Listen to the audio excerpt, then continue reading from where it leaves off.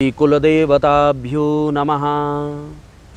आज हम लेकर के चलते हैं काम, क्रोध, ईर्ष्या, द्वेष, दंभ, कपट, छल, छिद्र, दूषित भावनाएं। ये हमारी तब बनती हैं जो हमारे परिवार पर, हमारे गोत्र पर कुल देवता की कृपा नहीं होती। तो कुल देवी देवता आपके कौन से हैं आप जानते हैं? आपके कुल देवी देवता कौन है? अगर जो आप नहीं जानते हैं तो अपने बड़े लोगों से, अपने बुजुर्गों से पूछिए कि आपके कुल देवता कौन है, आपकी कुल देवी कौन है, आप कुल देवी का वर्ष में कितनी बार पूजन करते हैं या नहीं करते हैं। क्योंकि सबसे पहले मंगलाचरण में आता है कि कुल देवताभ्यो नमः। तो उन कुल देवताभ्यो नमः, कुल देव्यै नमः। तो कुल देवी और देवता कौन है अगर जो आप नहीं जानते हैं तो उनको जानने का प्रयत्न करें। क्यों? क्योंकि जो हमारे मन में, अब आप देखते होंगे बहुत सारे लोग मन से बड़ा व्यथित हैं, मन में कुंठाएं बनी रहती हैं, बहुत कुछ होने के बावजूद भी कुछ नहीं लगता है, बड़े बड़े काम होने के बावजूद भी ऐसा लगता है कि हमारे पास कुछ भी नहीं है।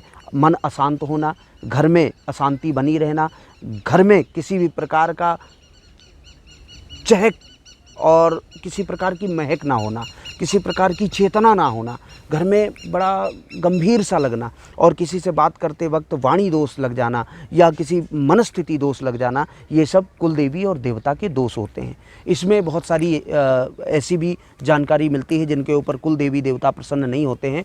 उनके ऊपर बहुत सारी जो अत्याधुनिक शक्तियाँ हैं, जो जिनको कहा जाता है कि पराशक्तियों से अलग जो शक्तियां हैं, जो घेर लेती हैं, जो किसी प्रकार से दूषित कर देती हैं, पकड़ लेती हैं, जिनको कई प्रकार से जंजाल बताया जाता है। उन जंजालों में जो जकड़े रहते हैं, जो वास्तविकता में अपने दोषों से घिरे हुए हैं और उनके शरीर पर चेतना नहीं है, उनके मुखारविंद पर चेतना नहीं है, और कहने का तात्पर्य यह है कि उनका किसी भी प्रकार से मन में इतना दूषित भाव भर जाता है कि आपस में, घर में भी चार लोग भी हैं तो उनमें बनती नहीं है और घर में बड़ा क्लेश रहता है। उस क्लेश को दूर करने के लिए कुल देवी या देवता का पूजन यजन करना चाहिए।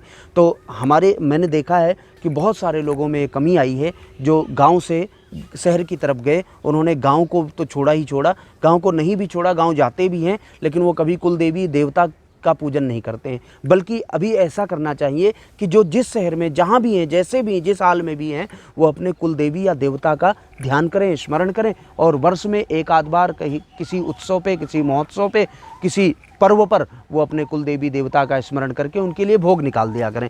लेकिन ऐसा तभी हो पाएगा जब कुल देवी या देवता को हम जानते होंगे, हमारी कुल देवी हैं, हमारे गोत्र से रचित, जो हमारा गोत्र रचा गया है, जो हमारा गोत्र है उसकी कुल देवी हैं अथवा देवता हैं। ये जानने का प्रयास करें। अगर जो नहीं जानते हैं तो अपने किसी विशेष गुरु से ये जानकारी ले सकते हैं। नहीं जानकारी मिल रही है तो आप हमसे इस प्रकार की जानकारी ले सकते हैं। आपका नाम, गोत्र, प्रवर वगैरह की आवश्यकता होती है, उसमें उससे पता चलता है कि आपकी कुल देवी कौन है, कुल देवता कौन है। कुंडली के माध्यम से पता चलता है कुल देवी कौन है, कुल देवता कौन है। कुल दोष लगेगा तो क्लेश रहेगा, कुल दोष लगेगा तो भ्रांतियाँ फैलेंगी, कुल दोष रहेगा संदेह बना रहेगा, कुल दोष लगेगा तो शरीर में चेतना खत्म हो जाएगी, कुल दोष लगेगा तो घर की अशांति बढ़ जाएगी, कुल दोष लगेगा घर की प्रसन्नता चली जाएगी, कुल दोष लगेगा तो किसी भी प्रकार से कुल दोष लगेगा तो सब प्रकार से हमें हानि ही हानि होगी। अगर जो कुल देवी देवता प्रसन्न है तो शरीर चैतन्य रहेगा, कुल देवता कुल देवी प्रसन्न है तो मनस्थिति प्रसन्न रहेगी,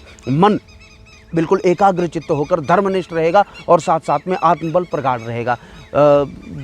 कुल देवी देवता प्रसन्न रहेंगे तो हमारे सारे कार्य जो हैं, जो अटकलें लग जाती हैं, जो अटकते हैं, वो सब दिव्य प्रकार से कुल देवी देवता के प्रसन्नतापूर्वक सब सिद्ध हो जाएंगे। और उसी के साथ साथ में कुल देवी देवता हमारे किए हुए कर्मों को परमात्मा तक पहुंचाने का कार्य करेंगे और परमात्मा भी प्रसन्न होकर के वरदान दे देगा, तथास्तु वरदान दे देगा, अभीष्ट सिद्धि प्राप्त, तो सब कुछ प्राप्त हो जाएगा, इसमें कोई संदेह नहीं। इसलिए आप जानने का प्रयास करें, जानते हैं तो पूजन करें, नहीं जानते हैं तो जानने का अत्यंत प्रयत्न करें। क्योंकि कहीं अटकलें देर ना लगाएं, कहीं अशांति ज़्यादा ना हो जाए, कहीं मनस्थिति विकार युक्त ना हो जाए, उसको दूर करने के लिए हमें कुल देवी या देवता को जानना होगा, कुल देवी या देवता की प्रसन्नता को बरकरार रखना होगा, बनाना होगा, उनके पूजन के माध्यम से या उनके अर्चन वंदन के माध्यम से बहुत सारी विधियां हैं, उन सबको आप जान सकते हैं। आप बुद्धिजीवी हैं, आप सज्जन हैं,